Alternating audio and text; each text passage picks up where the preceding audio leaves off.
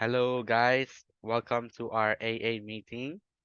Today, I'm talking about Australian binge drinking culture and its effect to the mental health, specifically on young adults. But first, what is binge drinking?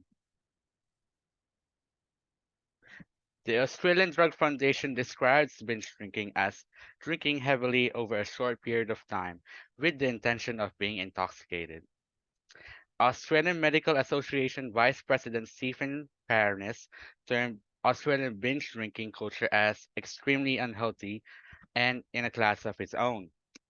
It causes more harm than all other drugs combined. And there is still significant pressure not to just drink, but to drink to excess, he quoted. We're dealing with a cultural problem from 1788, where alcohol has been a core aspect of Australian life, Dr. Parnis said. National Drug and Alcohol Research Center Director Professor Michael Farrell stated that more than a third of Australians drink in a manner hazardous to health.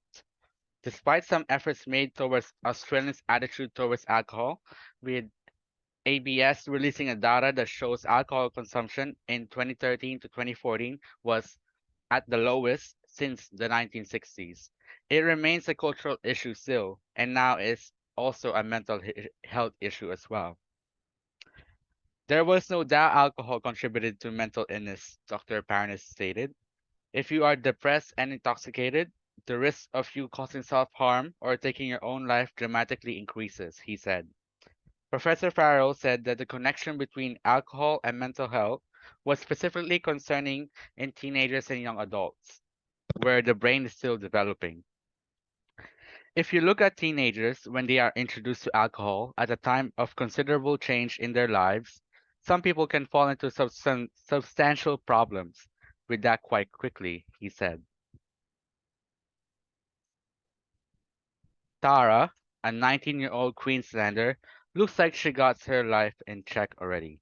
She was like a straight A student, had a decent hard-earned money in the bank, and also had a boyfriend. But when they broke up after their 5-year relationship, Tara spiraled down and started drinking heavily, which affected her studies and her savings as well. Tara said, sometimes I would go out Friday, Saturday, and Sunday night. I've worked since I was 13 and always had savings. It was bizarre for me not to have savings.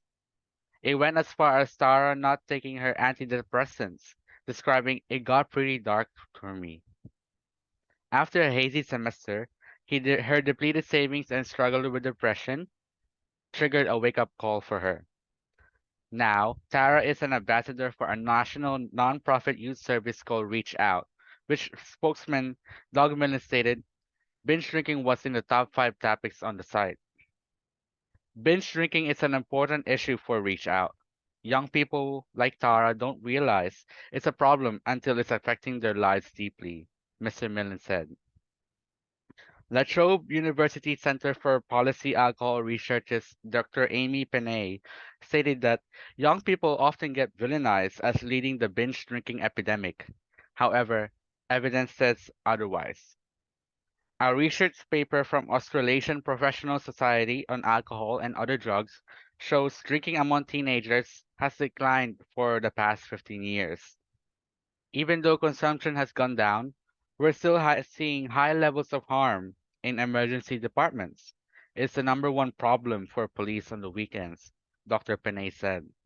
However, she added, tackling alcohol as a cultural issue at a national level is unlikely to be effective because everybody's relationships with alcohol is different.